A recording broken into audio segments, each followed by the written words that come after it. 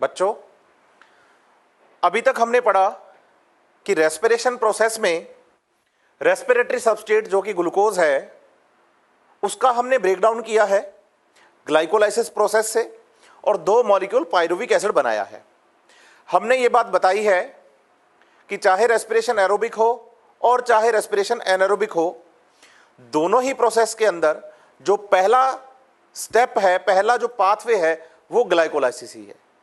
इसका मतलब pyruvic acid तो एरोबिक और एनारोबिक दोनों में ही बनता है। लेकिन अभी हम जो आगे बात करने वाले हैं वो हम बात करने वाले हैं एरोबिक रेस्पिरेशन के बारे में। तो अब हम ग्लाइकोलाइसिस के बाद पायरुविक एसिड को एरोबिक रेस्पिरेशन में लेकर चलेंगे।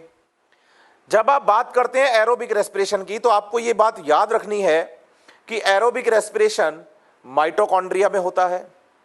तो ये एनसीईआरटी की लाइंस हैं जो आपको मैं बोल रहा हूं। For aerobic respiration to takes place within the mitochondria, within the mitochondria, aerobic respiration जो कि माइटोकॉन्ड्रिया में हो रहा है उसके लिए क्या होगा? बोलिए कि final product of the glycolysis, final product of the glycolysis is pyruvic acid is transported from the cytoplasm. देखिए ग्लाइकोलाइसिस प्रोसेस चला था साइटोप्लाज्म में। एरोबिक रेस्पिरेशन की आगे की जो इक्वेशंस हैं, रिएक्शंस हैं, वो चल रही हैं कहां? माइटोकॉन्ड्रिया में। तो जो पायरुविक एसिड ग्लाइकोलाइसिस प्रोसेस से साइटोप्लाज्म में बना था, उस पायरुविक एसिड को हमने एंटर करवाना है माइटोकॉन्ड्रिया में। और माइटोकॉन्ड्रिया में एंटर करवाएंगे तो हम कह रहे हैं कि pyruvate is transported from the cytoplasm into mitochondria.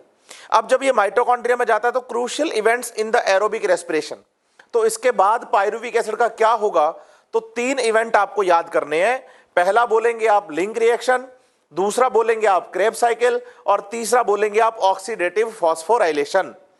मतलब ग्लाइकोलाइसिस के अलावा एरोबिक रेस्पिरेशन के लिए माइटोकॉन्ड्रिया में ये 3 प्रोसेस हमने इवेंट्स और पढ़ने हैं।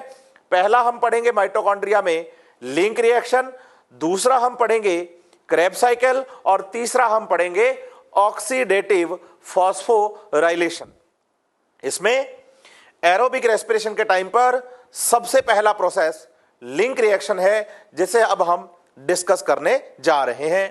देखिए हमारे पास है पायरुविक एसिड जो कि ग्लाइकोलाइसिस पाथवे का लास्ट प्रोडक्ट हो गया है, ये मेन प्रोडक्ट हो गया। इसको हमने की प्रोडक्ट ऑफ द ग्लाइकोलाइसिस बोला है। अब इससे हमने चलानी है लिंक रिएक्शन माइटोकॉन्ड्रिया की मैट्रिक्स में।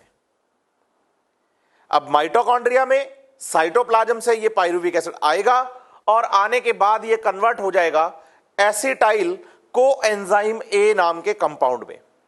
आप ध्यान दें, पायरुविक एसिड में कार्बन है 3 और एसिटाइल कोएंजाइम ए में कार्बन है 2। इसका मतलब 3 कार्बन का कंपाउंड 2 कार्बन के कंपाउंड में कन्वर्ट हो गया है। और इस रिएक्शन में पायरुवेट डीहाइड्रोजिनेज नाम का एंजाइम काम करेगा, हाइड्रोजन्स निकलेंगे। क्योंकि एरोबिक रेस्पिरेशन हो चाहे एनारोबिक रेस्पिरेशन हो, हमने करवाना है फूड का ऑक्सीडेशन, और ऑक्सीडेशन ऑफ फूड होता है हाइड्रोजन्स को रिलीज करके। हमने ग्लाइकोलाइसिस में भी हाइड्रोजन निकाले हैं, तो अब हम माइटोकॉन्ड्रिया में आने के बाद भी हाइड्रोजन्स को ही रिलीज करने वाले हैं। ध्यान दीजिए, पायरुविक एसिड जो कि 3 कार्बन का कंपाउंड है, जब ये माइटोकॉन्ड्रियल मैट्रिक्स में 2 कार्बन के compound acetyl co enzyme A में कन्वर्ट होगा, तो आप देखिए इस रिएक्शन में एक NAD प्लस NADS2 में बदलेगा, मतलब हाइड्रोजन्स निकलेंगे। और साथ ही साथ 3 कार्बन का पायरुविक एसिड 2 कार्बन के एसिटाइल को एंजाइम ए में कन्वर्ट हो रहा है, तो यहां 1 कार्बन CO2 की फॉर्म में भी निकलेगा। इसका मतलब आप हाइड्रोजन निकाल रहे हैं तो ऑक्सीडेशन हो रहा है, आप कार्बन निकाल रहे हैं तो डी कार्बोक्सिलेशन हो रहा है। पायरुविक एसिड से एसिटाइल को एंजाइम ए बनने का जो पूरा प्रोसेस है इसे हम ऑक्सीडेटिव डीकार्बोक्सिलेशन कहेंगे। ऑक्सीडेटिव क्योंकि हाइड्रोजन निकलकर ऑक्सीडेशन हो रहा है, और डीकार्बोक्सिलेशन क्योंकि CO2 का एक मॉलिक्यूल रिलीज हो रहा है।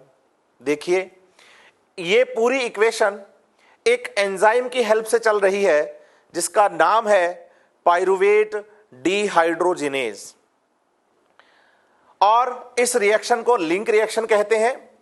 और इस एंजाइम के साथ साथ आपको यहां मैग्नीशियम आयन की जरूरत भी रहेगी, जो कि इस एंजाइम के लिए एक मेटल एक्टिवेटर का काम करेगा।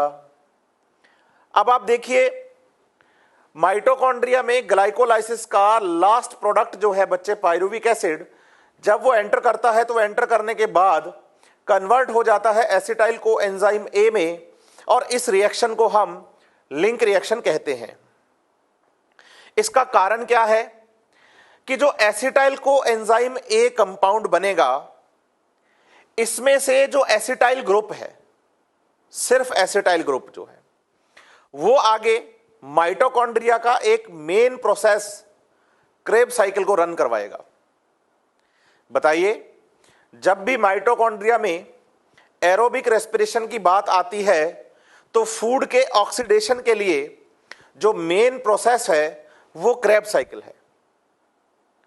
अब क्रेब्स साइकिल मल्टीपल रिएक्शंस वाला एक साइकिल है, लेकिन इस क्रेब्स साइकिल को चलाने के लिए हमें जरूरत है एसिटाइल ग्रुप की, और ये एसिटाइल ग्रुप हमें मिलेगा एसिटाइल को एंजाइम ए से।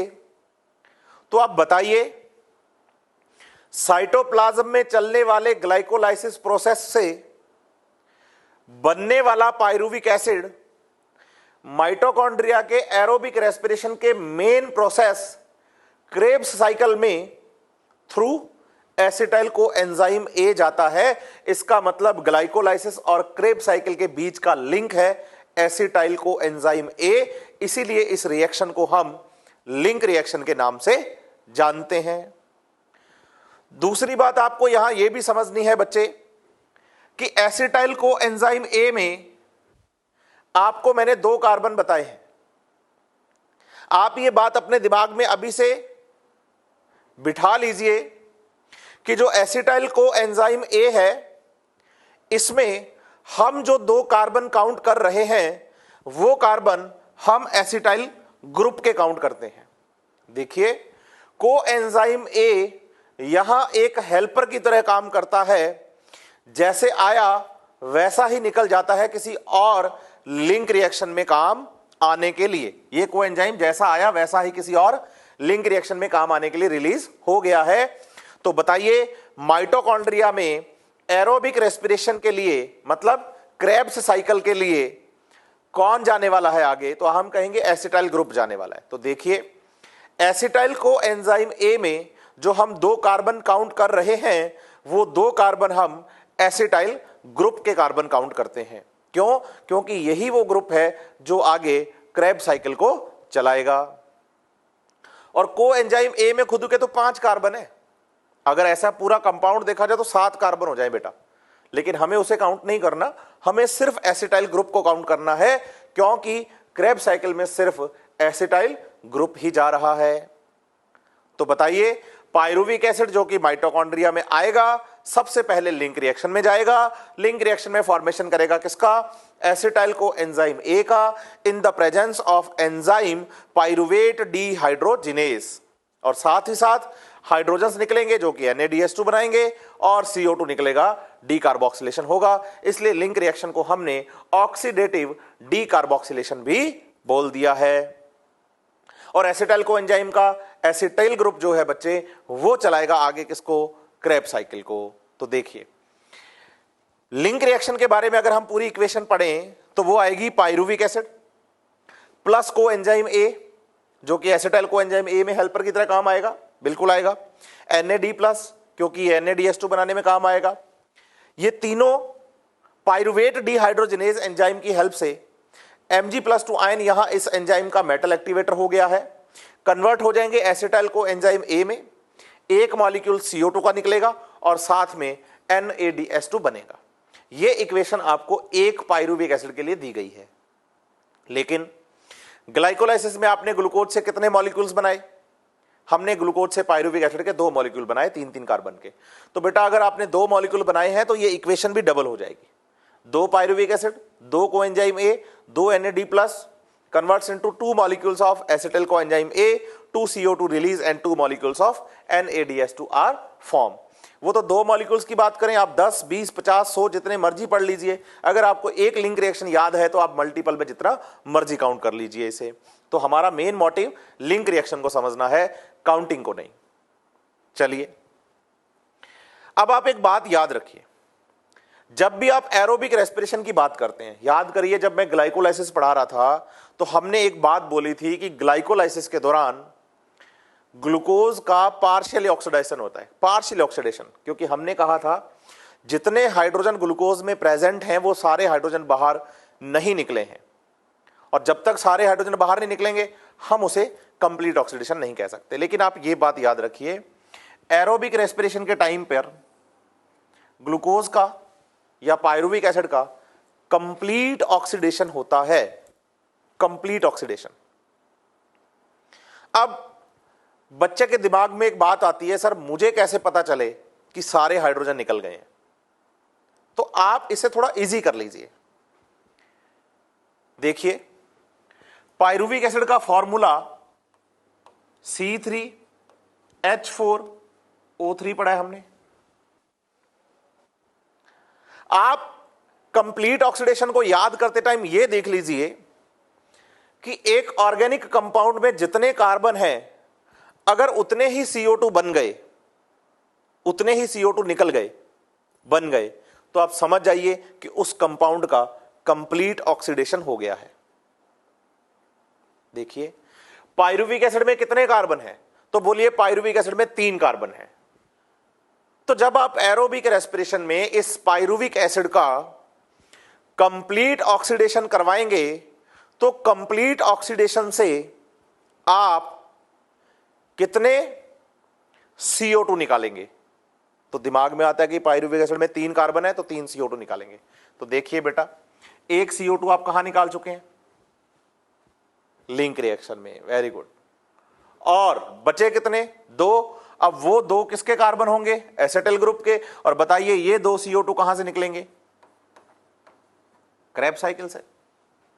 तो देखिए पाइरुविक एसिड लिंक रिएक्शन में गया, 1 CO2 निकल गया, फिर उसका एसिटिल ग्रुप गया क्रेब्स साइकिल में तो 2 CO2 निकल गए। कितने CO2 निकले? 3। तो बताओ पाइरुविक एसिड में कार्बन 3, CO2 कितने निकले? 3, और साथ में NADS2 बनते जाएंगे, हाइड्रोजन्स को निकालते जाएंगे। तो इस पूरे प्रोसेस में लिंक रिएक्शन और क्रेब्स साइकिल में the complete oxidation of the pyruvate, pyruvate means pyruvic acid, by the step wise removal, step wise removal. ध्यान दीजिए बच्चे, लिंक रिएक्शन एक स्टेप है, इसके बाद क्रेब्स साइकिल जो है वो एक स्टेप नहीं, क्रेब्स साइकिल में मल्टीपल रिएक्शंस है। मैं पहले ही कह चुका हूं variable number of the reactions occurs takes place during the Krebs cycle. तो स्टेप वाइज हो गया, धीरे धीरे एक एक स्टेप में।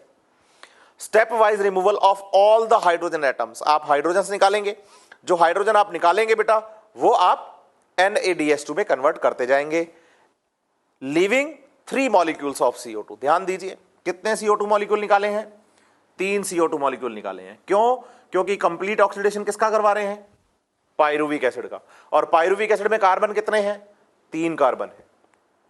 सोचिए अगर इस लाइन को चेंज करके बोल दिया जाए the complete oxidation of the glucose by the step wise removal of the all the hydrogen atoms living 6 molecules, क्योंकि ग्लूकोज में कार्बन 6 है ना, 6 कार्बन है तो 6 CO2 निकलेंगे। तो कंप्लीट ऑक्सीडेशन में जब आप हाइड्रोजन्स को निकालते हैं तो जितने कार्बन एक ऑर्गेनिक कंपाउंड में प्रेजेंट होते हैं उतने ही कार्बन्स CO2 की फॉर्म में रिलीज भी होंगे। तो बताइए लिंक रिएक्शन और क्रेब्स साइकिल एरोबिक रेस्पिरेशन के टाइम पे जब ये केमिकल रिएक्शंस चलती हैं तो जो रेस्पिरेटरी सबस्टेट है, जैसे कि अब हम यहां किससे पढ़ रहे हैं? पाइरुविक एसिड से, तो उसका कंप्लीट ऑक्सीडेशन करवा दिया जाता है। चलिए अब हम पढ़ने जा रहे हैं बच्चे क्रेब्स साइकिल को। क्रेब्स साइकिल को इसे दूसरा नाम टीसीए साइकिल भी देते हैं। आप जब एनसीईआरटी पढ़ेंगे तो आपको क्रेब्स साइकिल नहीं, हेडिंग मिलेगी try carboxylic acid cycle, TCA cycle. ऐसा क्यों है मैं अभी आपको क्लियर कर दूंगा। देखिए, हमारे पास एसिटाइल को एंजाइम ए था 2 कार्बन का, जो कि लिंक रिएक्शन से हमें मिला है। बिल्कुल सर, ये एसिटाइल को एंजाइम ए का को एंजाइम ए तो निकल जाएगा बाहर किसी और लिंक रिएक्शन में काम आने के लिए, निकल गया। बचा क्या? बोलिए, हमारे पास बचा है सिर्फ सर एसिटाइल ग्रुप। कितने कार्बन के साथ? 2 कार्बन के साथ। माइटोकॉन्ड्रिया की मैट्रिक्स में ऑलरेडी 4 कार्बन का एक कंपाउंड प्रेजेंट है, OAA। बोलिए, ऑक्सैलो एसिटिक एसिड, ये ऑलरेडी माइटोकॉन्ड्रियल मैट्रिक्स में है। कितने कार्बन है? 4 कार्बन। एसिटाइल को एंजाइम में से हमें क्या मिल रहा है? सिर्फ एसिटाइल ग्रुप विद 2 कार्बन। तो 4 कार्बन ऑक्सैलो एसिटिक एसिड में, 2 कार्बन एसिटाइल ग्रुप में, और 1 वाटर और एक एंजाइम सिट्रेट सिंथेज एंजाइम की हेल्प से 4 और 2 6 कार्बन का एक कंपाउंड बनता है सिट्रिक एसिड। सिट्रिक एसिड जो कि क्रेब्स साइकिल को आगे चलाएगा। इसलिए आप क्रेब्स साइकिल को सिट्रिक एसिड साइकिल कह सकते हैं। और याद रखिए, सिट्रिक एसिड में 3 कार्बोक्सिलिक ग्रुप हैं, COOH ग्रुप, 3 कार्बोक्सिलिक ग्रुप हैं। इसीलिए सिट्रिक एसिड को ट्राई कार्बोक्सिलिक एसिड भी कहते हैं। और बोलिए, क्रेब्स साइकिल का जो पहला प्रोडक्ट है, पहला प्रोडक्ट वो सिट्रिक एसिड है। Citric acid try carboxylic acid है, इसीलिए इस साइकिल का नाम ट्राई कार्बोक्सिलिक एसिड साइकिल भी है। ध्यान दीजिए, आपसे अगर पूछा जाए क्रेब्स साइकिल का पहला प्रोडक्ट, तो आप बताएंगे सिट्रिक एसिड। और अगर आपसे पूछा जाए क्रेब्स साइकिल का पहला मेंबर, तो आप ऑक्सैलो एसिटिक एसिड बताएंगे। मेंबर जिसने रिएक्शन करवानी है, प्रोडक्ट जो रिएक्शन के बाद बनता है, क्रेब्स साइकिल की पहली रिएक्शन के बाद। तो अगर पूछा जाए first product of the Krebs cycle, then answer is citric acid. और पूछा जाए first member of the Krebs cycle, then answer is oxaloacetic acid, that is OAA। चलिए, अभी जो सिट्रिक एसिड बना है सिट्रेट सिंथेज एंजाइम की help से, यह सिट्रिक एसिड बदलेगा सिस एकोनिटिक एसिड में। अभी भी 6 कार्बन ही हैं बच्चे इनमें, और एक वाटर मॉलिक्यूल जो है वो यहां से जुड़ेगा। फिर सिस एकोनिटिक एसिड जो है वो बदलेगा आइसोसिट्रिक एसिड में, आइसोसिट्रिक एसिड में। देखिए, एक छोटी सी करेक्शन मैं यहां कर देता हूं। जब सिट्रिक एसिड से सिस एकोनिटिक एसिड बनेगा तो ये वाटर मॉलिक्यूल रिलीज होगा, और जब सिस एकोनिटिक एसिड से आइसोसिट्रिक एसिड बनेगा तो ये वाटर मॉलिक्यूल फिर से जुड़ जाएगा। इसे आप ऐसे याद करिएगा, सिट्रिक एसिड से सिस एकोनिटिक एसिड बनेगा तो वाटर मॉलिक्यूल निकलेगा, और सिस एकोनिटिक एसिड से जब आइसोसिट्रिक एसिड बनेगा तो वाटर मॉलिक्यूल फिर से जुड़ जाएगा। अब समझने की बात यहां पर यह है कि सिट्रिक एसिड में 6 कार्बन है और आइसोसिट्रिक एसिड में भी 6 कार्बन हैं। इधर भी 6 कार्बन, इधर भी 6 कार्बन। फर्क क्या है? फर्क यह है कि isocitric acid is the isomer of the citric acid. Isomer, chemical formula same है लेकिन केमिकल स्ट्रक्चर और केमिकल जो फंक्शंस हैं वो अलग अलग हैं, आइसोमर है। लेकिन सिट्रिक एसिड से आइसोसिट्रिक एसिड एक डायरेक्ट आइसोमर नहीं बनता है, पहले बीच में एक मीडिएटर कंपाउंड बनता है सिस एकोनिटिक एसिड। तो पहला स्टेप हमने बनाया सिट्रिक एसिड, फिर हमने सिट्रिक एसिड का आइसोमरेशन करवाया। आइसोमरेशन मतलब उसका आइसोमर बनाया और आइसोसिट्रिक एसिड में कन्वर्ट किया। अब देखिए, जब आप एनसीईआरटी पढ़ेंगे तो एनसीईआरटी में आपको टीसीए साइकिल स्टार्ट करते वो कहेगा कि oxalo acetic acid acetyl group के साथ वाटर की प्रेजेंस में सिट्रेट सिंथेज एंजाइम की हेल्प से कंडेंस होकर रिएक्ट करके सिट्रिक एसिड बनाता है और को एंजाइम ए बाहर निकल जाता है, और then citric acid isomerised into isocitric acid, वो हमने बता दिया। एनसीईआरटी ने यहां सिस एकोनिटिक एसिड की बात नहीं की है, लेकिन हम बता रहे हैं कि सिट्रिक एसिड से डायरेक्ट आइसोसिट्रिक एसिड नहीं बनता है, पहले बीच में एक मीडिएटर कंपाउंड बनेगा। कौन सा? सिस एकोनिटिक एसिड बनेगा। और समझिए, अब ये जो आइसोसिट्रिक एसिड है बच्चे, ये एक दूसरे कंपाउंड ऑक्सैलोसक्सनिक एसिड में बदलता है, ऑक्सैलोसक्सनिक एसिड में बदलता है, और ऑक्सैलोसक्सनिक एसिड में जाते टाइम ये हाइड्रोजन्स को रिलीज करके जाएगा। और जब ये हाइड्रोजन्स को रिलीज करेगा तो जो हाइड्रोजन्स हैं वो कौन लेगा, NAD+ और क्या बन जाएगा, NADS2 बन जाएगा। क्या बन जाएगा, NADS2 बन जाएगा। इसका मतलब इस रिएक्शन में हमने करवाया है oxidation of isocitric acid. Oxidation क्यों करवाया, क्योंकि आइसोसिट्रिक एसिड से ऑक्सैलोसक्सनिक एसिड बनते टाइम हाइड्रोजन्स निकले हैं और उन हाइड्रोजन्स को NAD+ ने ले लिया है। इसका मतलब आइसोसिट्रिक एसिड का यहां ऑक्सीडेशन हुआ है। यह पहला स्टेप है जहां हमने ऑक्सीडेशन करवाया है। वैसे स्टेप हम 4 पढ़ चुके हैं बेटा, लेकिन अभी ऑक्सीडेशन हमने अभी करवाया है, क्योंकि हम पहले ही कह चुके हैं कि रेस्पिरेशन एक slow and step wise process है। यहां सारी की सारी एनर्जी या कंप्लीट ऑक्सीडेशन एक साथ एक झटके में नहीं किया जाता, धीरे धीरे स्टेप वाइज रिमूवल करते हैं हम हाइड्रोजन्स को। तो ये पहला स्टेप है क्रेब्स साइकिल का जहां आपने हाइड्रोजन्स को रिलीज किया है। फिर ये जो ऑक्सैलोसक्सनिक एसिड है जो कि 6 कार्बन का कंपाउंड है, वो अब बदलेगा अल्फा कीटोग्लूटारिक एसिड में, और अल्फा कीटोग्लूटारिक एसिड में कार्बन 5 है। तो सीधी कैलकुलेशन निकल के आती है कि जो ऑक्सैलोसक्सनिक एसिड में 6 कार्बन है और अल्फा कीटोग्लूटारिक एसिड में 5 कार्बन है, तो इसका मतलब एक कार्बन यहां पर रिलीज हो गया है, किसकी फॉर्म में, CO2 की फॉर्म में। इसका मतलब इस स्टेप में यहां हुआ है डी कार्बोक्सिलेशन। देखिए हम पहले भी कह चुके हैं कि एसिटाइल कोएंजाइम A के एसिटिल ग्रुप में 2 कार्बन हैं, और 2 कार्बन है तो हमें क्रेब्स साइकिल में इसके कंप्लीट ऑक्सीडेशन से 2 CO2 निकालने हैं। पहला CO2 हम ऑक्सैलोसक्सनिक एसिड से अल्फा कीटोग्लूटारिक एसिड बनते टाइम निकाल चुके हैं। अब इसके बाद हम आगे की रिएक्शंस में दूसरा CO2 निकालेंगे। चलिए, जब ऑक्सैलोसक्सनिक एसिड से अल्फा कीटोग्लूटारिक एसिड बना तो बेटा CO2 का मॉलिक्यूल रिलीज हो गया, तो 6 कार्बन का कंपाउंड 5 कार्बन के कंपाउंड्स में कन्वर्ट हो गया। अब देखिए जो अल्फा कीटोग्लूटारिक एसिड जो कि 5 कार्बन का कंपाउंड है, अब वो बदलेगा सक्सिनल कोएंजाइम A में। सक्सिनल कोएंजाइम A में कार्बन कितने हैं, 4 कार्बन है। 4 कार्बन है, इसका मतलब एक मॉलिक्यूल किसका निकल रहा है, CO2 का। दूसरा, alpha ketoglutaric acid succinyl coenzyme A में बदल रहा है, तो सक्सिनाइल कोएंजाइम A में बदल रहा है, इसका मतलब कोएंजाइम A रिएक्ट करेगा, कर रहा है। देखिए कोएंजाइम A साथ में अंदर आ रहा है।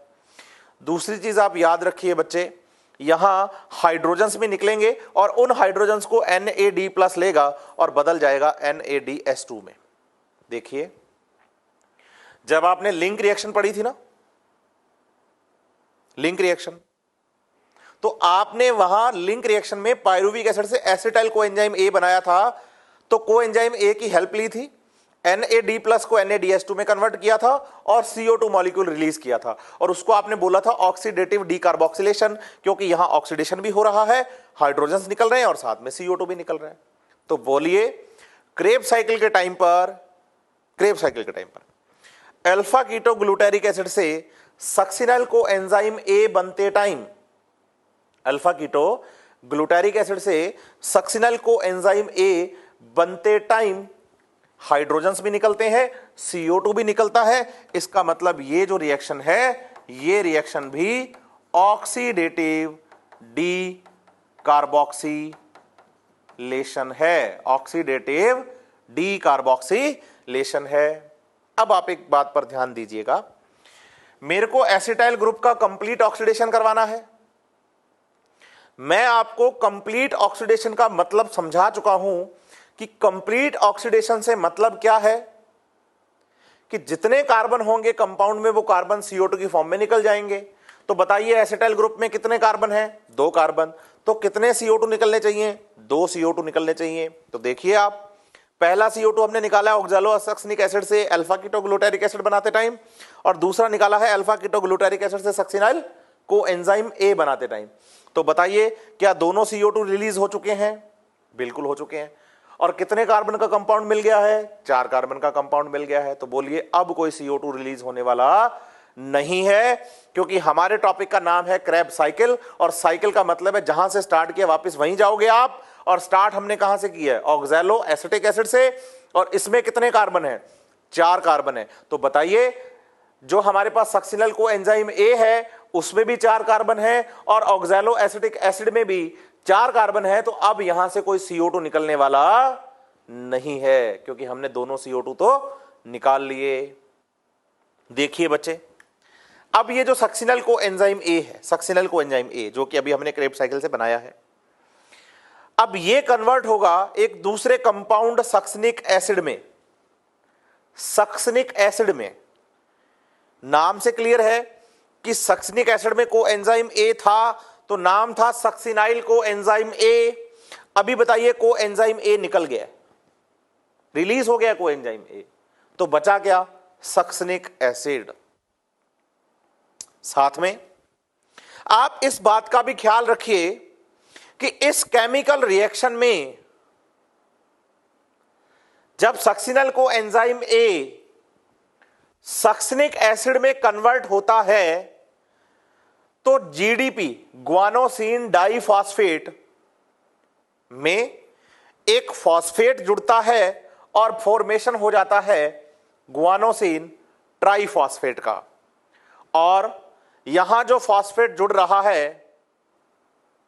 एनर्जी की हेल्प से और बना रहा है ग्वानोसिन ट्राइफॉस्फेट, ये ग्वानोसिन ट्राइफॉस्फेट सडन चेंज हो जाता है दोबारा फिर से डाइफॉस्फेट में। देखो यहां बेटा ग्वानोसिन डाइफॉस्फेट में कितने फॉस्फेट हैं? 2 फॉस्फेट हैं। ग्वानोसिन ट्राइफॉस्फेट में कितने फॉस्फेट हैं? 3 फॉस्फेट हैं। 3 फॉस्फेट का कंपाउंड सडन चेंज हो रहा है किसमें? 2 फॉस्फेट के कंपाउंड में, तो देकर जाएगा 1 फॉस्फेट, और वो 1 फॉस्फेट कौन ले लेगा? एडीपी, और फॉर्मेशन किसका हो जाएगा? एटीपी का। इसका मतलब सक्सिनल कोएंजाइम ए से सक्सिनिक एसिड बनते टाइम भी सेल के लिए एनर्जी का प्रोडक्शन हो रहा है एटीपी की फॉर्म में, लेकिन यहां कोई भी इलेक्ट्रॉन ट्रांसपोर्ट सिस्टम या केमी ऑस्मोसिस को हम फॉलो नहीं कर रहे हैं, और हम केमिकल रिएक्शन में डायरेक्ट ही फॉर्मेशन करवा रहे हैं एटीपी का। और जब केमिकल रिएक्शन में डायरेक्ट एटीपी फॉर्मेशन होता है तो आप इसे SLP सबस्ट्रेट लेवल फॉस्फोराइलेशन कहते हैं। ऐसा आपने ग्लाइकोलाइसिस में भी पढ़ा था। देखिए, सक्सिनल कोएंजाइम ए से बन रहा है सक्सिनिक एसिड और हो रहा है SLP सबस्ट्रेट लेवल फॉस्फोराइलेशन। और जब आप NCERT पढ़ेंगे, मॉड्यूल पढ़ेंगे, तो वहां इस रिएक्शन के बारे में लिखा होगा इन ए कपल्ड रिएक्शन। पहले तो आपको सिंपल रिएक्शन पढ़ाई जाएगी कि during the conversion of succinyl coenzyme A to succinic acid 1 molecule of GDP converts into GTP. ये तो बात हुई यहां तक की। फिर बोलेंगे इन ए कपल्ड रिएक्शन, मतलब इसी के साथ सडन एक रिएक्शन और चल रही है। In a coupled reaction GTP converted into GDP with the simultaneous synthesis of ATP. इसका मतलब इधर ये रिएक्शन होगी, जीटीपी बनेगा तो हाथों हाथ सडन साथ में किसका फॉर्मेशन हो जाना है? एटीपी का। और जब विदाउट एटीएस एटीपी बनता है बेटा तो हम उसे SLP के नाम से जानते हैं। Next, succinic acid now converts into fumaric acid. Succinic acid now converts into fumaric acid. Fumaric acid में, सक्सिनिक एसिड में कार्बन 4 ही है, क्योंकि हमारे पास 4 कार्बन का कंपाउंड ही चल रहा है। बताइए, इस रिएक्शन में भी ऑक्सीडेशन होता है। ऑक्सीडेशन होने का मतलब है कि हाइड्रोजन्स निकलते हैं, लेकिन इस बार यह बात आपको याद रखनी है कि क्रेब्स साइकिल में सक्सिनिक एसिड से फ्यूमेरिक एसिड बनते टाइम जो हाइड्रोजन्स रिलीज हो रहे हैं वो हाइड्रोजन्स NAD+ ना लेकर FAD+ लेता है और फॉर्मेशन कर देता है किसका? FADS2 का। जैसे आपने NAD पढ़ा है ना, निकोटिनामाइड एडेनिन डाई न्यूक्लियोटाइड, वैसे FAD flavin adenine dinucleotide है बच्चे, और ये भी एक तरह का कोएंजाइम है और हाइड्रोजन एक्सेप्टर की तरह काम करता है क्रेब्स साइकिल के टाइम पे। जब सक्सिनिक एसिड फ्यूमेरिक एसिड में कन्वर्ट होगा तो उस टाइम पे FAD प्लस FADS2 में बदल जाएगा। और इस रिएक्शन में काम करने वाला जो एंजाइम है उस एंजाइम का नाम है सक्सिनिक डिहाइड्रोजिनेज एंजाइम। फिर फ्यूमेरिक एसिड कन्वर्ट होगा मैलिक एसिड में, और मैलिक एसिड में कन्वर्जन के टाइम पे एक वाटर मॉलिक्यूल का यूज किया जाएगा, और फाइनली मैलिक एसिड बदल जाएगा ऑक्सैलो एसिटिक एसिड में। ऑक्सैलो एसिटिक एसिड में 4 कार्बन का कंपाउंड 4 कार्बन के कंपाउंड में चेंज हो रहा है, और साथ में यहां NAD प्लस NADS2 में बदल जाता है। देखिए हाइड्रोजन्स मैलिक एसिड से ऑक्सैलो एसिटिक एसिड बनते टाइम भी निकल रहे हैं। इस प्रोसेस में भी ऑक्सीडेशन हो रहा है क्योंकि हाइड्रोजन्स निकल रहे हैं, और यहां पर भी हमने NADS2 का फॉर्मेशन करवाया है।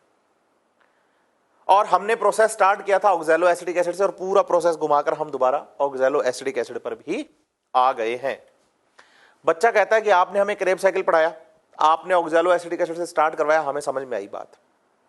आपने कहा कि एसिटाइल ग्रुप में 2 कार्बन थे, 2 CO2 निकलेंगे, आपने 2 CO2 निकाले, हमें काउंट करके बताए, हमें समझ में आई बात।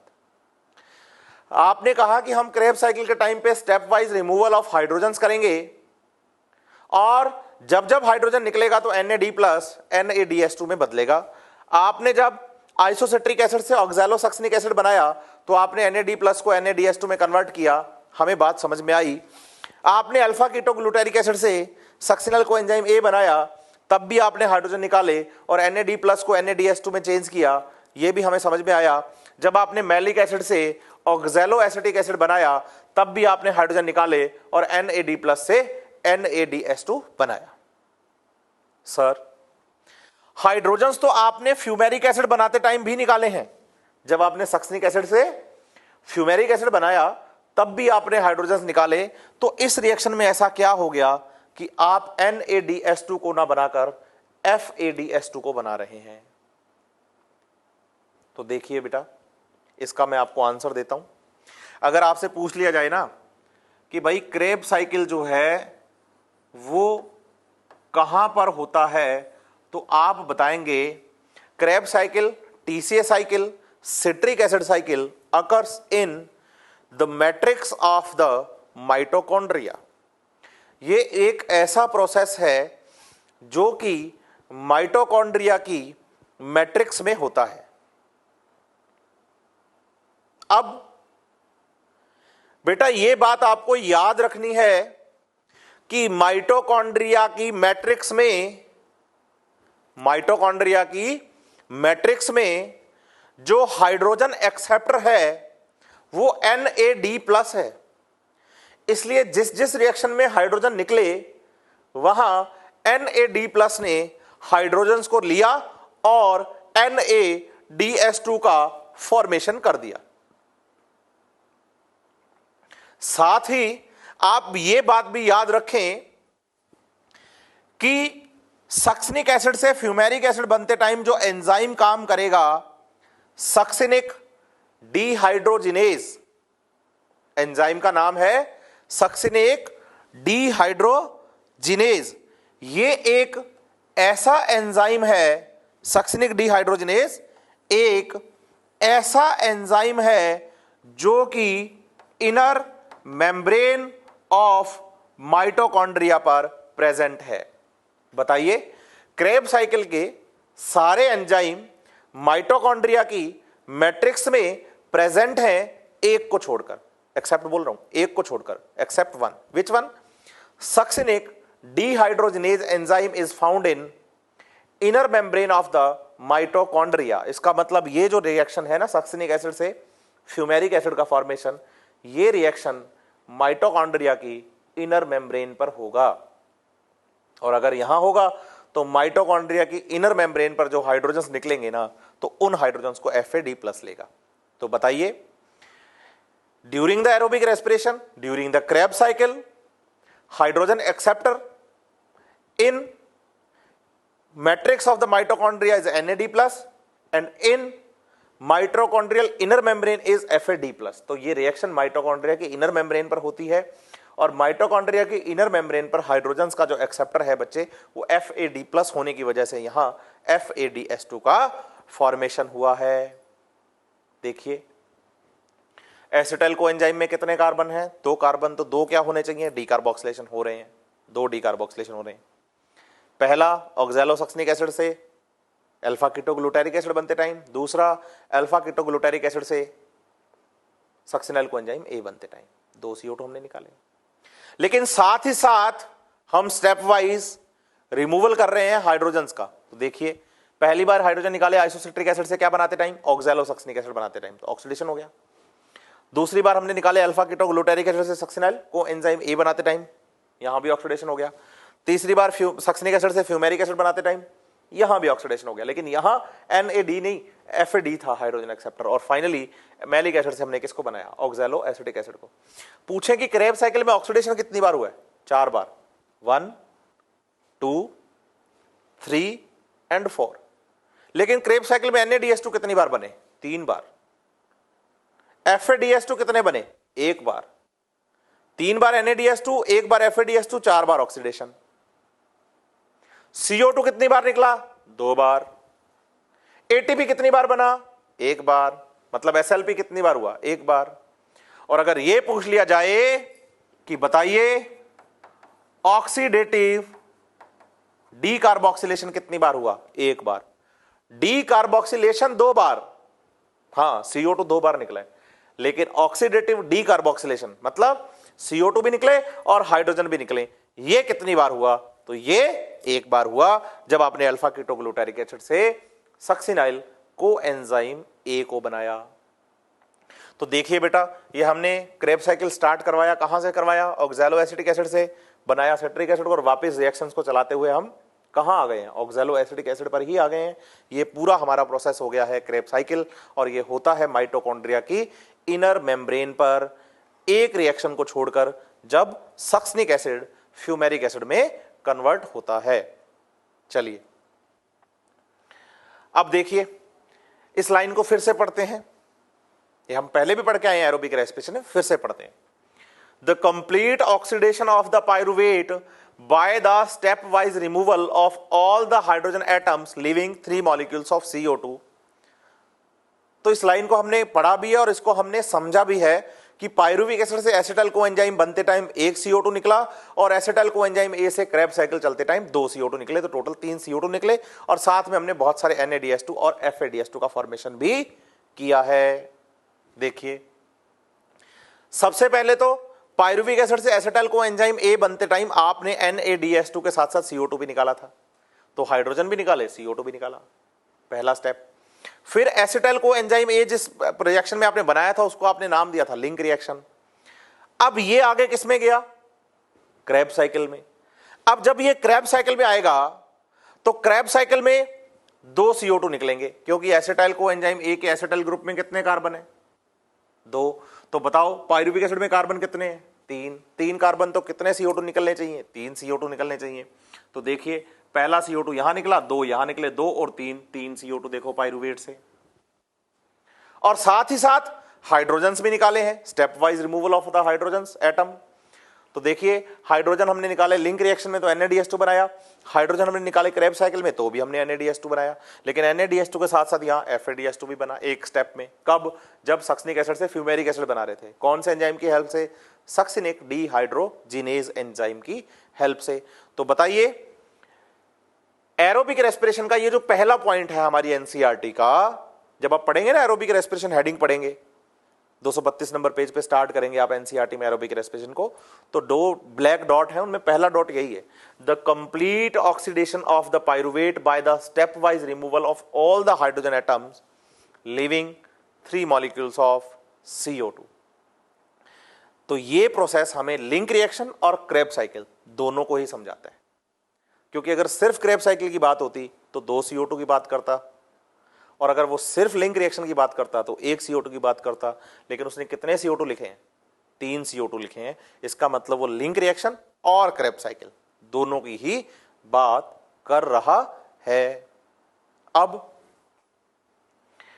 ग्लूकोज था हमारे पास, उससे हमने पायरुविक एसिड बनाया, इस प्रोसेस को हमने साइटोप्लाज्म में चलाया और इस प्रोसेस का नाम ग्लाइकोलाइसिस था।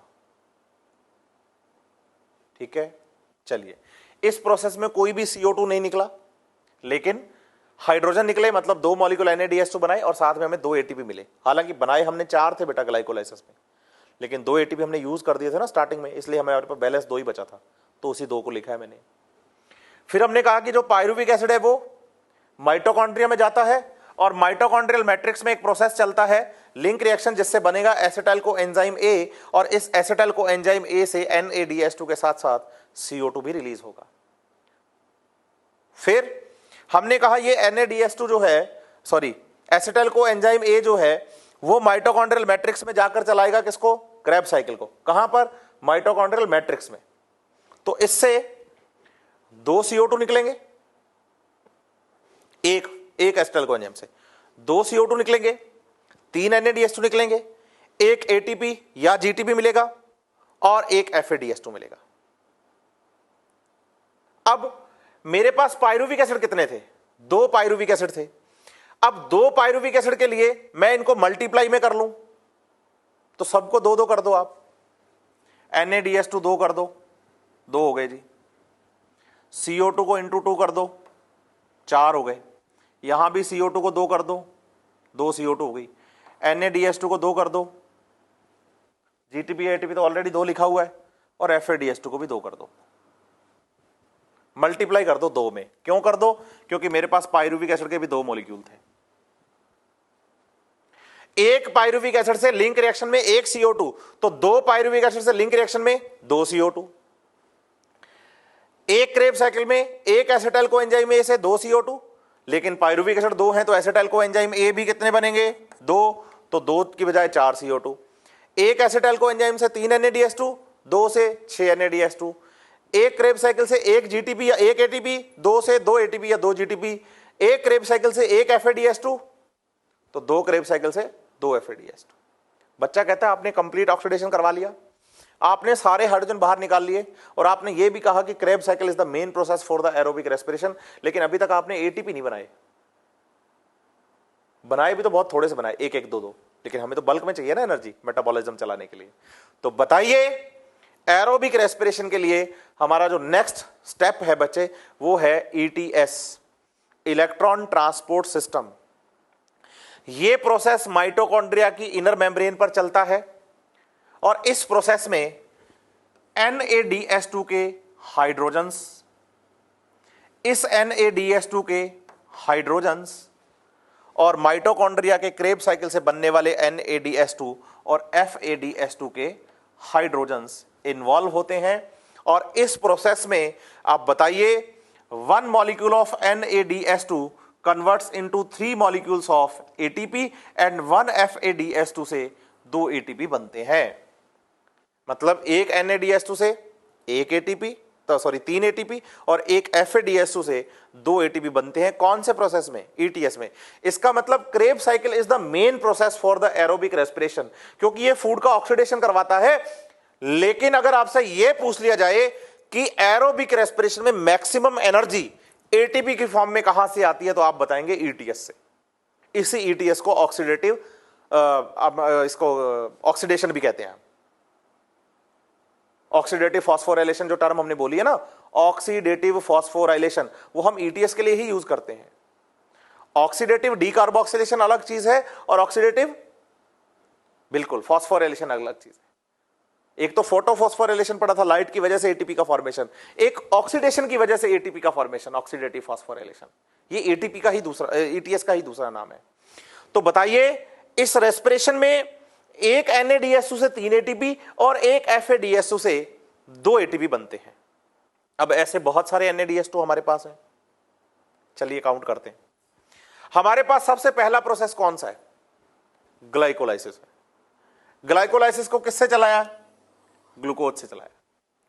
कितने NADH2 बनाए? बोलो 2 NADH2 बनाए। तो देखिए NADH2 2 बनाए, FADH2 कितने बनाए हैं? ग्लाइकोलाइसिस में कोई भी FADH2 नहीं बनता। चलिए कुछ नहीं बना। लेकिन ग्लाइकोलाइसिस में एटीपी तो हमें मिलते हैं दो, हालांकि बनाए हमने 4 थे बेटा, लेकिन मिले तो हमें कितने थे? 2 ही, क्योंकि 2 हमने यूज कर लिए थे। तो चलिए ये 2 एटीपी कौन से प्रोसेस से?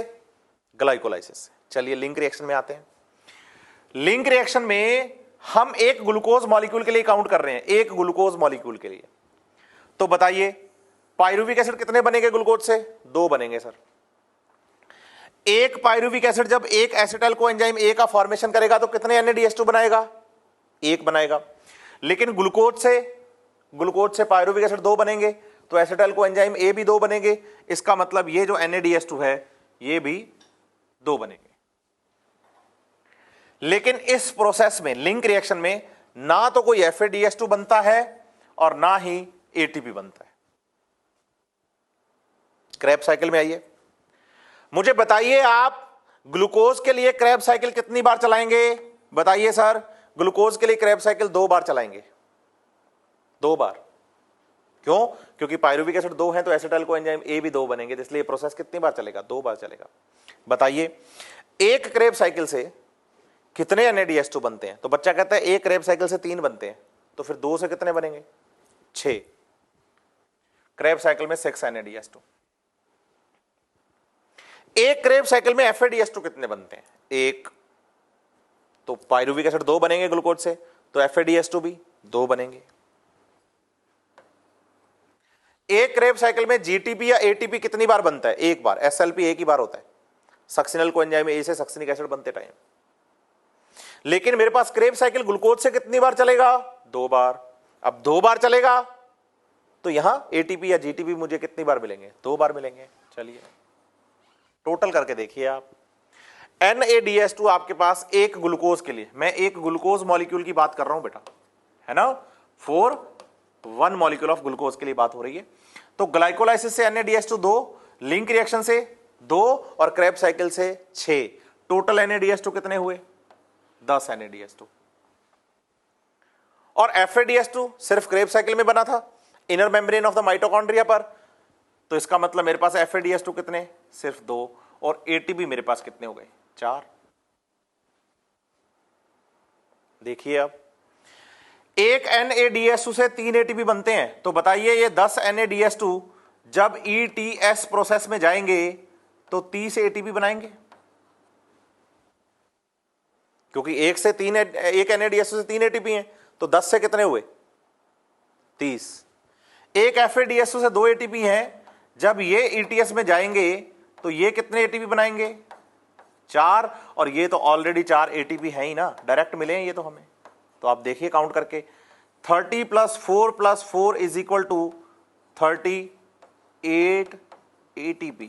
अगर आपसे पूछ लिया जाए कि एरोबिक रेस्पिरेशन में एक ग्लूकोज मॉलिक्यूल से कितने ATP बनते हैं, तो हमारा आंसर होता है सर मैक्सिमम 38 ATP बनाते हैं हम एक सेल के अंदर एरोबिक रेस्पिरेशन में।